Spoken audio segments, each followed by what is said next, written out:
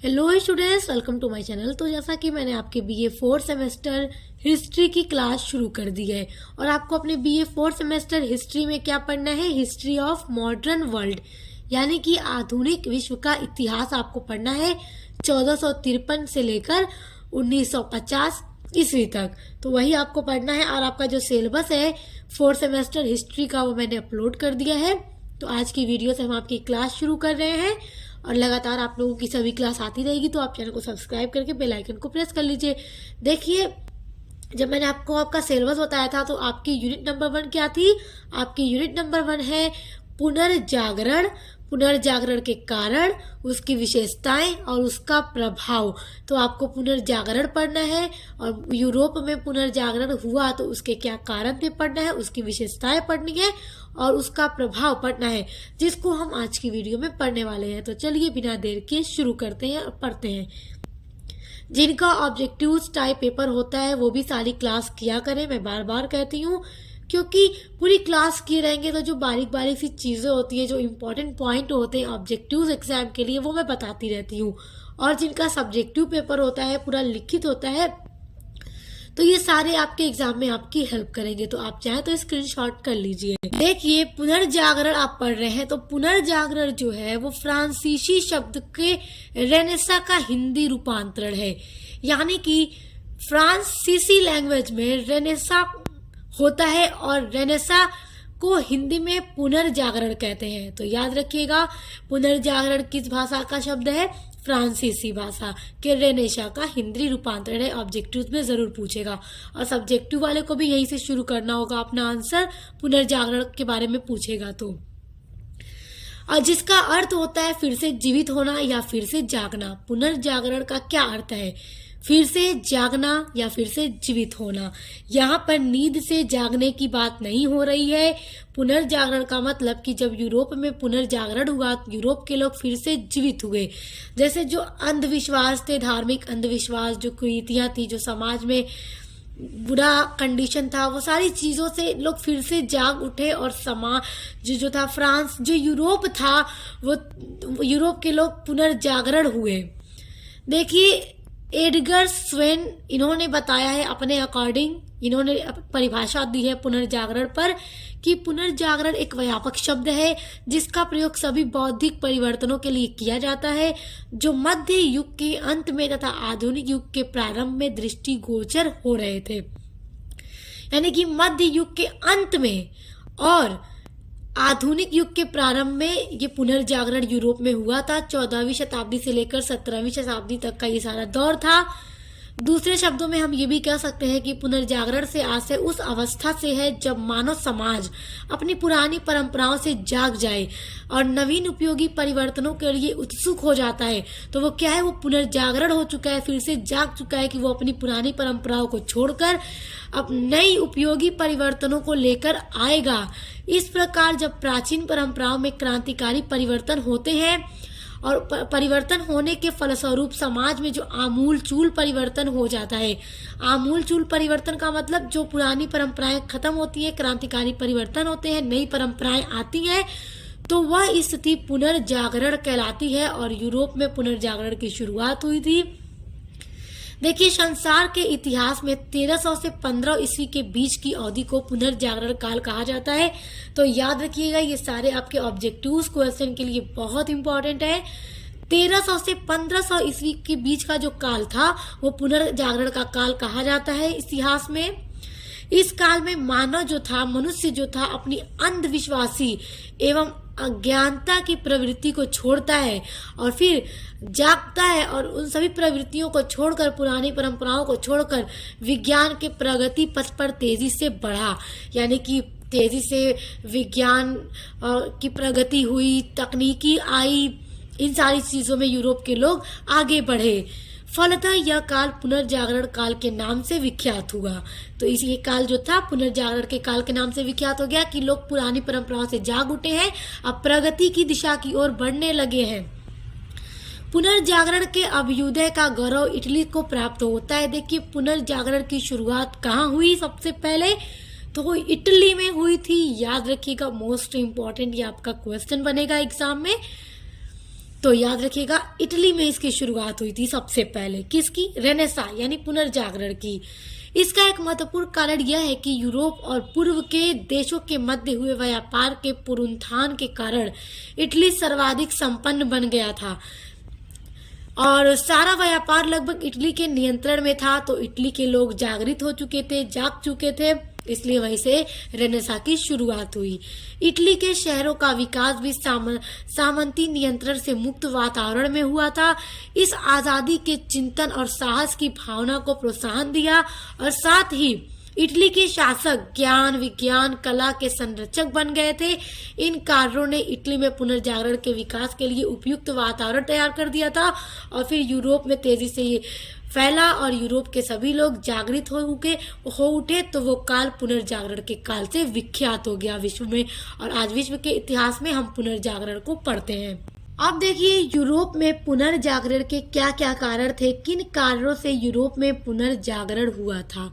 तो देखिए मध्य युग में उस टाइम जब पुनर्जागरण घटित हुआ था यूरोप में, तो उस टाइम तुर्कों और ईसाइयों के बीच में एक धर्म प्रचार को लेकर और अपने पवित्र स्थलों की सुरक्षा को लेकर युद्ध हुआ था और उस युद्ध में मतलब ईसाइयों को ही नुकसान उठाना पड़ा था, जिससे ईसाइयों ने अपनी रक्षा के लिए, अपने धर्म के प्रचार प्रसार के लिए कई सारी यात्राएं भी की थी। और फिर जब उन्होंने यात्राएं की, अलग अलग स्थानों पर गए, तो उन्हें नए नए विचारों और नए नए वातावरण भी मिले। फलतः उनके विचारों से संकीर्णता समाप्त हुई। अब उन्होंने चर्च और समाज के संबंध में व्यापक रूप से सोचना भी प्रारंभ कर दिया था, जिससे पुनर्जागरण का वातावरण तैयार होना शुरू हो गया था। यानी कि ये लोग फिर से जागृत हो चुके थे, जीवित हो चुके थे अपने धर्म का प्रचार प्रसार करने के लिए। इन धर्म युद्धों के कारण ईसाई इस्लाम सभ्यता के संपर्क में आए और उन्होंने तुर्क जीवन शैली और रहन सहन को देखा। फिर उन्होंने जो मुसलमानों का इस्लामिक जो रहन सहन था, ईसाइयों ने उसको देखा। इससे भी उनकी मानसिकता में बदलाव आने लगा। जिसे ईसाई थे उनकी सोच में बदलाव आने लगा इस्लाम कल्चर को देखकर और स्वतंत्र चिंतन की भावना का उनमें उदय भी हुआ। परिणाम तक क्या हुआ? इसका परिणाम क्या हुआ कि सामंतवाद के विरुद्ध पुनर्जागरण का जन्म हुआ। तो धर्म युद्ध का प्रभाव भी पुनर्जागरण के कारण एक है, तो याद रखिएगा। अब देखिए दूसरा पॉइंट है तुर्कों का कुस्तुनतुनिया पर अधिकार। देखिए तुर्कों ने कुस्तुनतुनिया पर अधिकार कर लिया था और उनका ये अधिकार करना भी एक पुनर्जागरण होने का कारण बना। देखिए इस्लाम धर्म का प्रचार एवं प्रसार करने के उद्देश्य से जो तुर्क थे, तुर्कों ने 1453 ईस्वी में ईसाइयों के पूर्वी रोमन जो साम्राज्य की राजधानी कुस्तुनतुनिया थी उस पर तुर्कों ने अधिकार कर लिया अपने इस्लाम धर्म का प्रचार प्रसार करने के लिए। कब किया था उस पर अधिकार तुर्कों ने? 1453 ईस्वी में। तो परिणाम स्वरूप पूर्वी यूरोप और बाल्कन और प्रायद्वीपीय पर तुर्कों का प्रभाव स्थापित हो गया था, क्योंकि उस स्थान पर कुस्तुनतुनिया पर तुर्कों ने कब्जा कर लिया था। तो तुर्कों ने ईसाइयों पर अत्याचार करना प्रारंभ कर दिया, क्योंकि उस स्थान पर अब तुर्कों का कब्जा था। तो फलतः ईसाई विद्वानों ने अपने ज्ञान, विज्ञान व विभिन्न पुस्तकों के साथ इटली में पहुंचकर शरण ली। तो जो भी वो ईसाई थे वो अपने आप को बचाने के लिए, तुर्कों के अत्याचार से, शोषण से खुद को बचाने के लिए इटली में पहुंचते हैं और इटली में जाकर वहां पे पनाह लेते हैं, वहीं पे मतलब बचते हैं वहां जाकर। इटली में पहले से ही पुनर्जागरण का आरंभ हो चुका था, क्योंकि इटली में सबसे पहले पुनर्जागरण हुआ था, तो याद रखिएगा। और वहां पर पुनर्जागरण की शुरुआत हो चुकी थी इटली।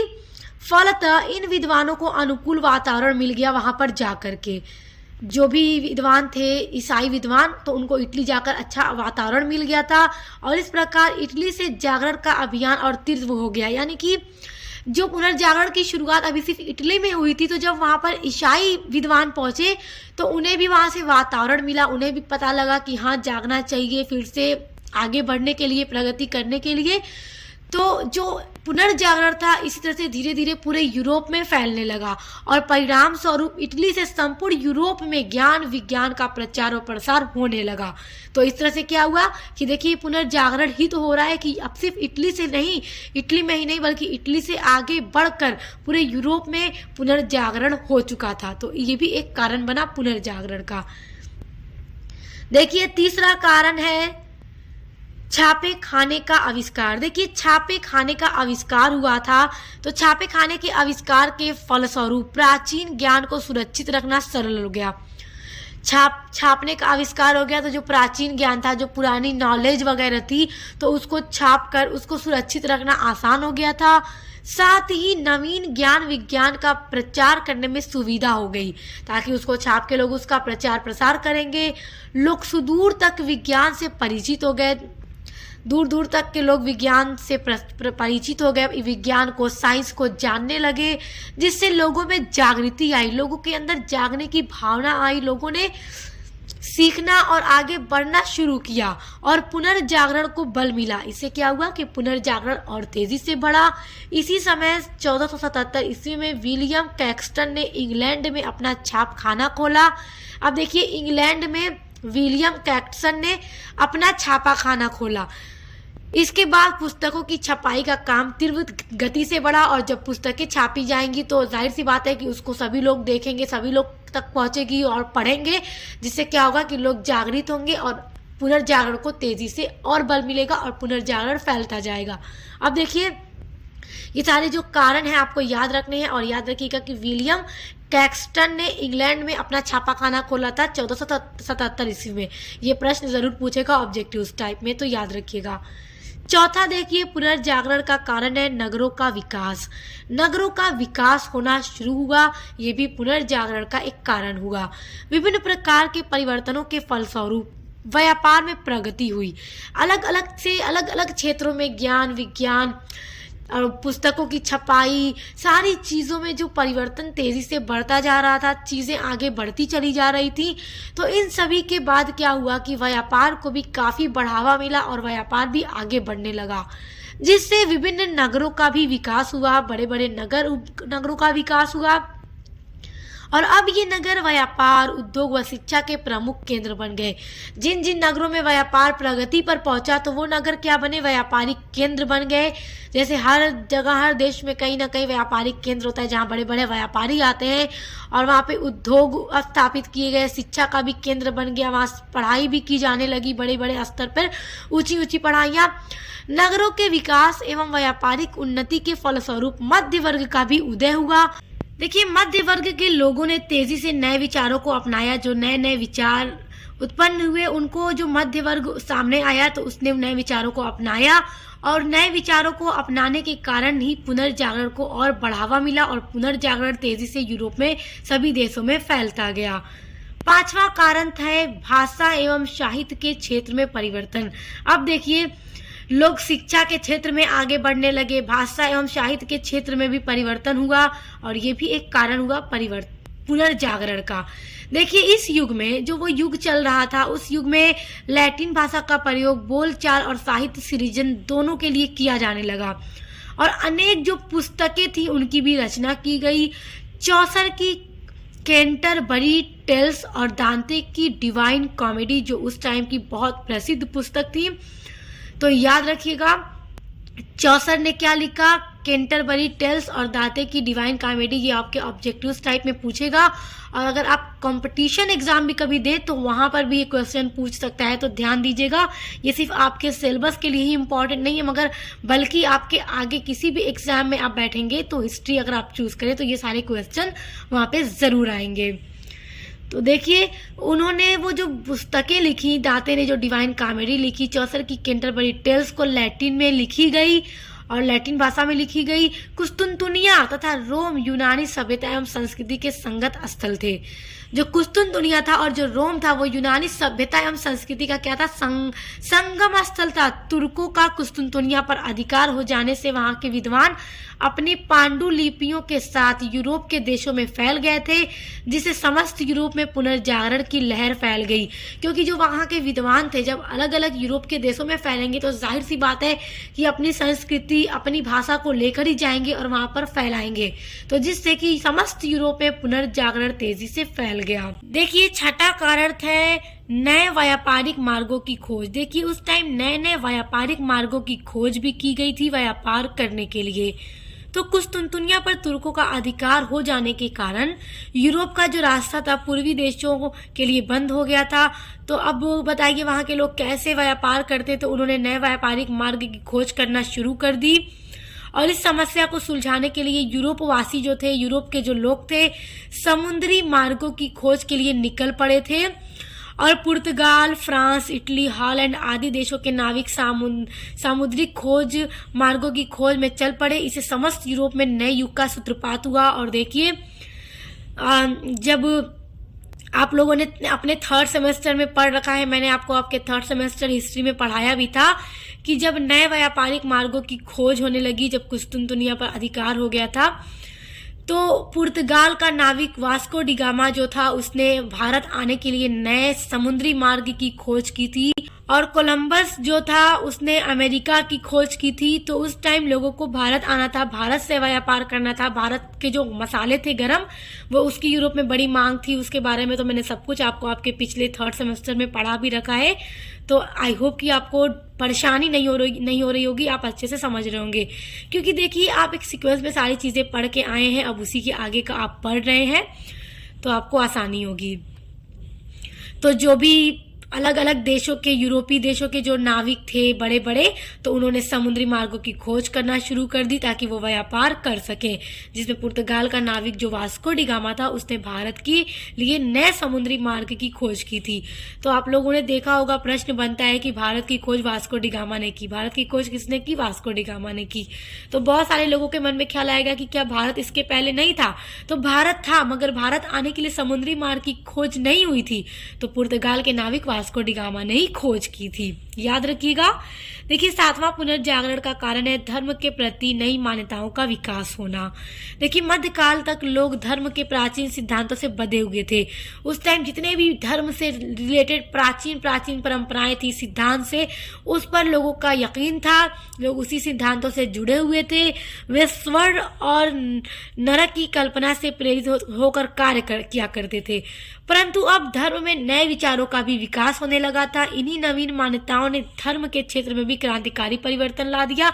और ये भी एक कारण बना पुनर्जागरण होने का, कि लोग पुराने प्राचीन सिद्धांतों को छोड़कर नए नए विचारों को अपनाना शुरू कर दिया। तो आई होप आप पुनर्जागरण के कारण बहुत अच्छे से समझ गए होंगे। आप चाहे तो इनको स्क्रीनशॉट कर लीजिए, एग्जाम में पूछेगा तो आप इसी तरह से लिखिएगा। अब देखिए, पुनर्जागरण की विशेषताएं, ये सारे टॉपिक आप पढ़िए, एग्जाम में ऐसे ही आपके प्रश्न आएंगे। तो अब क्या क्या विशेषताएं हैं, क्या क्या फीचर्स हैं पुनर्जागरण के, देखिए। पुनर्जागरण के निम्न प्रमुख विशेषताएं हैं। पहला है कि पुनर्जागरण के परिणाम स्वरूप, पुनर्जागरण जब हुआ तो उसे धार्मिक विषयों के स्थान पर विज्ञान, सौंदर्य शास्त्र, इतिहास, भूगोल जैसे विषयों का भी अध्ययन किया जाने लगा। इन सभी सब्जेक्ट्स का भी जो पढ़ाई थी वो की जाने लगी, लोग इसका भी अध्ययन करने लगे। दूसरा है परलोकवासी जीवन एवं मोक्ष प्राप्ति के स्थान पर सामाजिक समस्याओं जैसे विषयों को भी महत्व दिया गया। तीसरा जो विशेषता है, पुनर्जागरण के कारण कला को प्रोत्साहन दिया गया। तो याद रखिएगा, ये सारे देखिए एकदम सिंपल से आपके पॉइंट हैं, आप इनको इजीली याद रखिएगा, एग्जाम में जरूर पूछेगा। अब देखिए, चौथा है आपका पॉइंट कि लैटिन व यूनानी भाषाओं के स्थान पर लोक भाषा को भी विशेष महत्व प्राप्त हुआ सिर्फ पुनर्जागरण के कारण। पांचवा है मध्ययुगीन मान्यताओं को तर्क के आधार पर खंडित किया गया और नवीन मान्यताओं को प्रतिष्ठा प्राप्त हुई। अभी आपको मैंने पीछे बताया था ना कारण में, कि जो भी पुराने विचार थे लोग उसको त्याग कर आगे नए नए विचारों मान्यताओं को अपनाने लगे। तो इससे क्या हुआ कि जो पुरानी मान्यताएं थी लोग उसको पीछे छोड़कर नवीन मान्यताओं को अपनाना शुरू कर दिया, नए विचारों को अपनाना शुरू कर दिया। छठी विशेषता है जनता में आलोचनात्मक एवं अन्वेषणात्मक प्रवृत्ति पैदा हुई। सातवां है कि आत्मनिग्रह के स्थान पर आत्म विकास और आत्म जीवन और मानव जीवन के सुखों पर जोर दिया गया, कि अपने आप का विकास करो, मानव जीवन के सुख, मानव के जीवन में सुख होना चाहिए, खुशी होनी चाहिए, उस पर भी जोर दिया गया। आठवीं विशेषता है कि पुनर्जागरण ने मनुष्यों को रूढ़ियों, अंधविश्वासों तथा चर्च के बंधकों से छुटकारा दिलाया। ये सारी जो भी धार्मिक अंधविश्वास थे उनसे भी लोगों को मुक्ति मिल गई थी पुनर्जागरण के कारण ही। नवी विशेषता है कि पुनर्जागरण ने मानवतावादी विचारधारा का भी विकास किया और मानवतावादी विचारकों द्वारा मानव जीवन को सार्थक बनाने की शिक्षा ने मानव के प्रति आस्था को पुष्ट किया, जिससे कि मानव के जीवन में सुख होना चाहिए, मानव को अपने जीवन अच्छे से जीना, इन सभी चीजों का मानव को अधिकार मिला।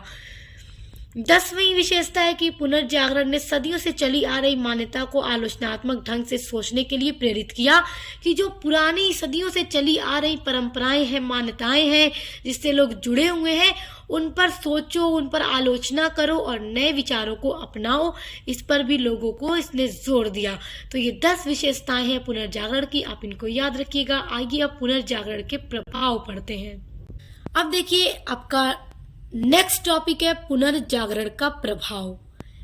क्या क्या इम्पैक्ट पड़ा रेनेसा का, इम्पैक्ट ऑफ रेनेसा। देखिए पुनर्जागरण का निम्न प्रभाव।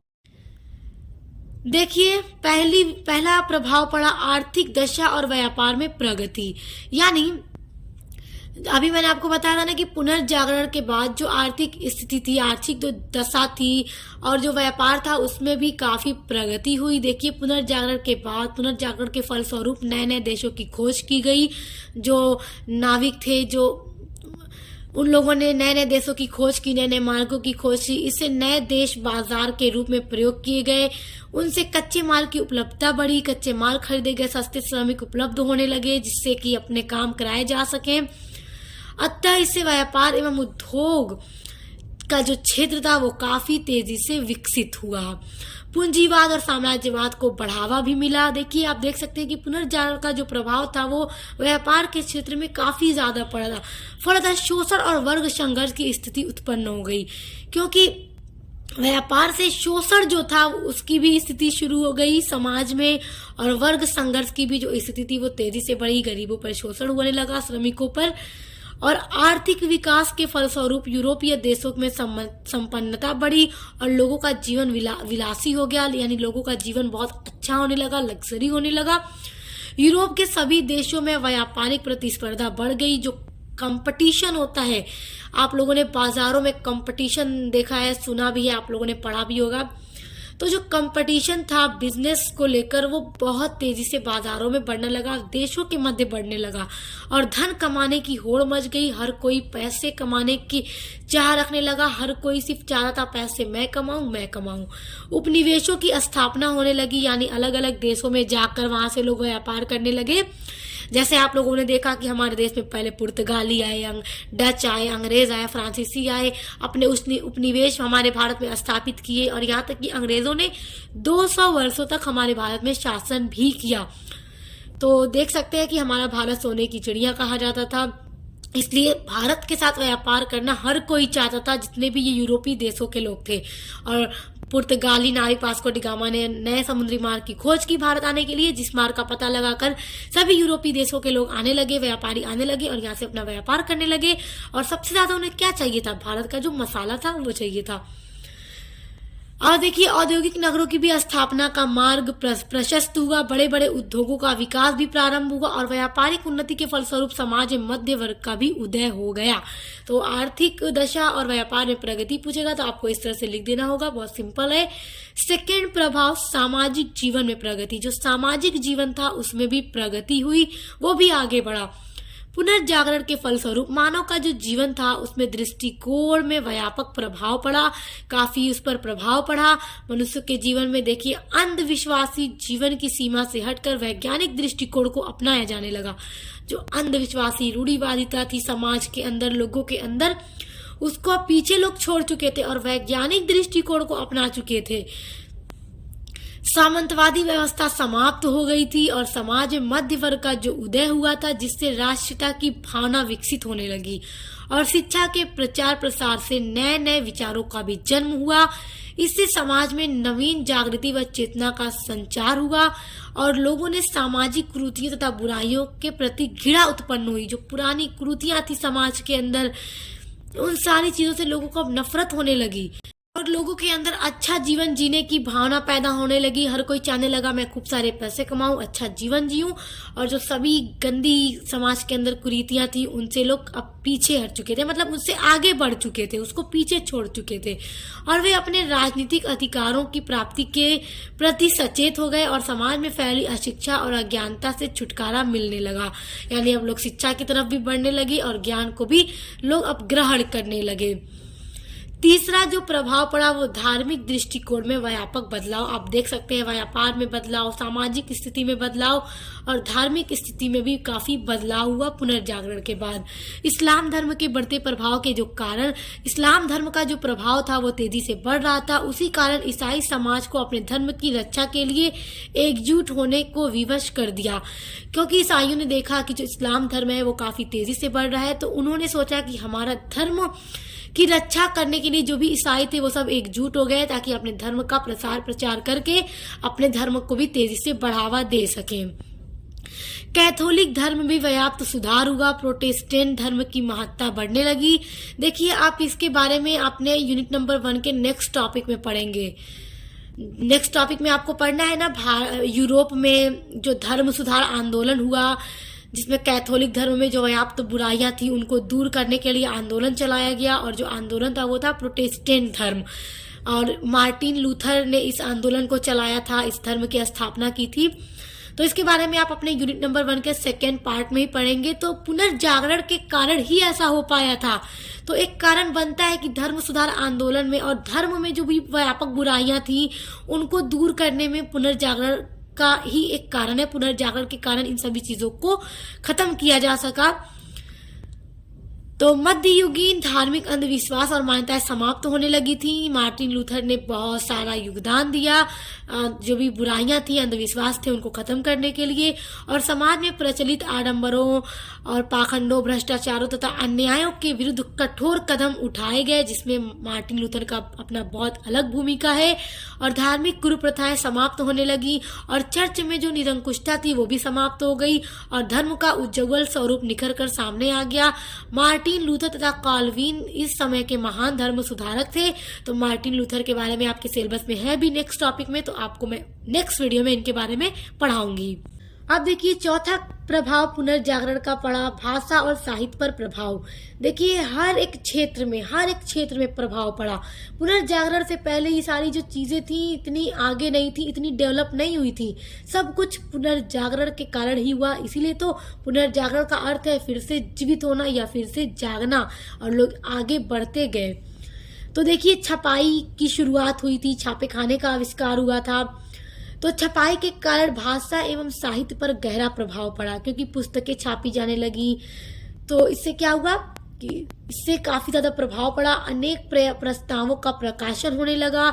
इससे शिक्षा भी प्रसार हुआ और ज्ञान का विस्तार होने लगा। हर लोग उसको खरीदने लगे, पढ़ने लगे, जिससे लोगों की नॉलेज बढ़ने लगी, लोगों को शिक्षा के प्रति लगाव होने लगा और लोग शिक्षा ग्रहण करने लगे। पांचवा प्रभाव पड़ा राष्ट्रीयता का विकास। पुनर्जागरण के कारण ही राष्ट्रीयता का विकास हुआ। पुनर्जागरण के कारण नए राज्यों का भी जन्म हुआ और इससे राष्ट्रीयता की भावना बढ़ी और सामंतवाद का अंत हो जाने से शक्तिशाली राज्यों का उदय हुआ। सामंतवाद का अंत हो गया था पुनर्जागरण के बाद और शक्तिशाली राज्यों का उदय हुआ, जिससे राष्ट्रीयता की भावना विकसित होना स्वाभाविक था, क्योंकि जब शक्तिशाली राज्य बनेंगे तो राष्ट्रीयता की भावना जाहिर सी बात है विकसित होगी। छठा प्रभाव पड़ा नवीन उपनिवेशों की स्थापना। नए नए उपनिवेशों की स्थापना की गई। देखिए विभिन्न देशों के नाविकों ने नए नए देशों की खोज की। देखिए क्रिस्टोफर कोलंबस द्वारा अमेरिका की खोज की गई और ये विश्व के इतिहास में एक युगांतकारी घटना थी। तो प्रश्न पूछेगा अमेरिका की खोज किसने की, तो याद रखना है कोलंबस ने की थी। और वास्को डिगामा द्वारा भारत की खोज, मैगलेन द्वारा फिलीपींस द्वीप समूह की खोज प्रमुख थे। इन देशों में नए नए उपनिवेशों की स्थापना की जाने लगी, क्योंकि वो लोग देखिए हमारे भारत में आपने उपनिवेश स्थापित किए, यहाँ से व्यापार करने लगे। इसके बारे में तो आप पिछले सेमेस्टर में पूरा पढ़ चुके हैं, मैं आपको पूरा पढ़ा चुकी हूँ। तो स्टूडेंट्स, आई होप आप पुनर्जागरण के बारे में, पुनर्जागरण उत्पन्न होने के कारण, पुनर्जागरण की विशेषता और उसके प्रभाव को बहुत अच्छे से समझ गए होंगे।